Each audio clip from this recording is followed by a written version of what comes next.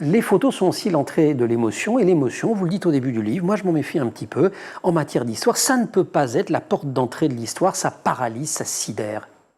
Oui, alors je suis d'une génération où, dans les cours d'histoire, moi, mes professeurs me montraient Nuit et brouillard, le documentaire de René. René, documentaire de 56, où là, effectivement, la musique, le discours et les images font qu'on est pris dans un tourbillon d'émotions. Et quand j'ai été professeur à mon tour, je me suis posé cette question, est-ce que c'est un bon point de départ pour faire de l'histoire? Et je ne croyais pas effectivement que c'était un bon point de départ. Bien rattrapé, voilà. monsieur le professeur. Puisque effectivement, c'est ce que j'ai appelé un parasite.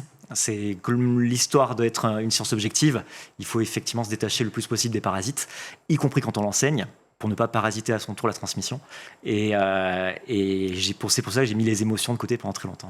Là commence une quête intime, une quête historique, géographique aussi, autour de ce territoire de l'Ardèche où ça se situe. Vous allez tenter de retracer les derniers mois de Georges, ce qui se passe entre cette arrestation et son décès à l'hôpital Tenon. Il y a quand même une des premières dimensions du livre, parce que j'y insiste vraiment, un livre de réflexion sur qu'est-ce que l'histoire, c'est d'interroger une des sources de l'histoire, le témoignage, ici la mémoire familiale. Oui. Et souvent, d'ailleurs, les enfants en primaire, on commence par là. On leur dit, va interroger papy, mamie, demande ce qui s'est passé. Exactement. Et y compris jusqu'aux années universitaires, puisque moi, à l'université, on m'avait demandé de faire ce travail également. Donc, c'est tout à fait possible. Et c'est quelque chose que, parfois, les élèves ou les étudiants continuent à faire, d'interroger les parents, les grands-parents qui sont encore en vie.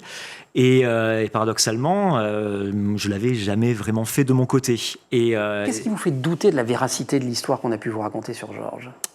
Eh bien, tout simplement parce que cette histoire tient uniquement en quelques témoignages et 2 photographies. Or, on m'a toujours appris que pour fabriquer l'histoire, pour l'enseigner et la transmettre, c'est comme le journalisme, il faut croiser les sources. Il faut croiser les sources. Donc, il fallait à tout prix que je trouve d'autres sources.